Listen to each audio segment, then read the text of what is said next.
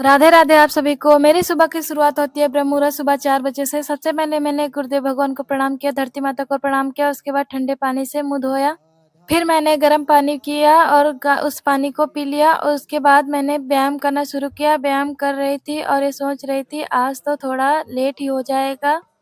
फिर मैंने कपालभाति और अनुलोम-विलोम, फिर हाथों की एक्सरसाइज और पैरों की एक्सरसाइज की। व्यायाम करने के बाद मैंने झाड़ू लगाई, झाड़ू लगाने रही थी और मैं यही सोच रही थी कि मैं इतनी मेहनत करती हूँ, आप लोग क्यों मेरा सपोर्ट नहीं करते हो? थोड़ा-सा निराश हो जाती हूँ इसके लिए कि मैं क्या करूँगी? मैं सबसे छुप के वीडियो बनाती हूँ और एडिट करती हूँ।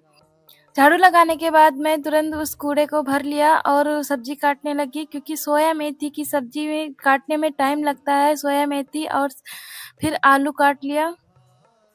सब्ज़ी जल्दी से कट जाती है तो जल्दी से खाना बनाने का आसान हो जाता है और मैंने इसीलिए सब्ज़ी पहले काट लिया और सब्ज़ी काटने के बाद स्नान किया।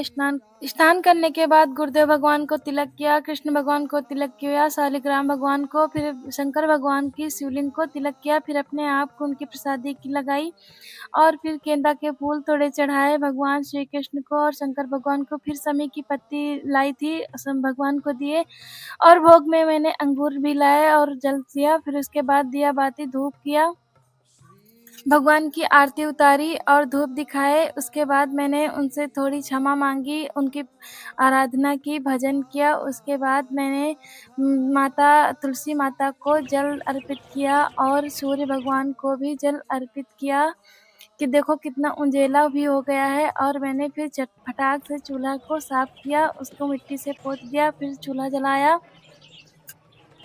फिर मैंने चूल्हा जला के जल्दी से सब्ज़ी को धो लिया, जल्दी से पानी में सोया मेथी पहले धोई, उसके बाद उसी में आलू धो लिया क्योंकि छोटे-छोटे सोया मेथी उसमें आ जाते हैं। फिर मैंने उसमें बैंगन काट लिया और लहसुन मिर्च भी काट लिया। फिर मैंने कढ़ाई चढ़ाई और तेल डाला, लहसुन मिर्च डाल दिया, उसके बाद मैंने सब्ज़ी डाली। सब्ज़ी में थोड़ा-सा नमक डाला, नमक डालने के बाद उसे चला दिया, फिर बंद कर दिया। बंद करने के बाद मैंने तुरंत आटा लगा लिया। आटा लगा रहता है तो रोटी थोड़ी अच्छी आती है। फिर बच्चों के टिफ़िन के लिए भी देरी हो रही थी, मैंने देखा सब्ज़ी पक गई है।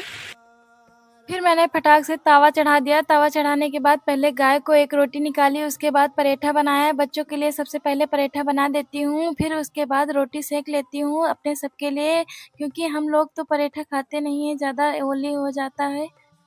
फिर उसके बाद मैंने चाय बनाई, चाय अपने पति को दिया, उसके बाद वो काम पे चले गए। फिर मैंने बर्तन धोए, बर्तन धोने के बाद मैंने खाना खाया। खाना आप भी खा लीजिए। राधे राधे, आप सभी को राधे राधे।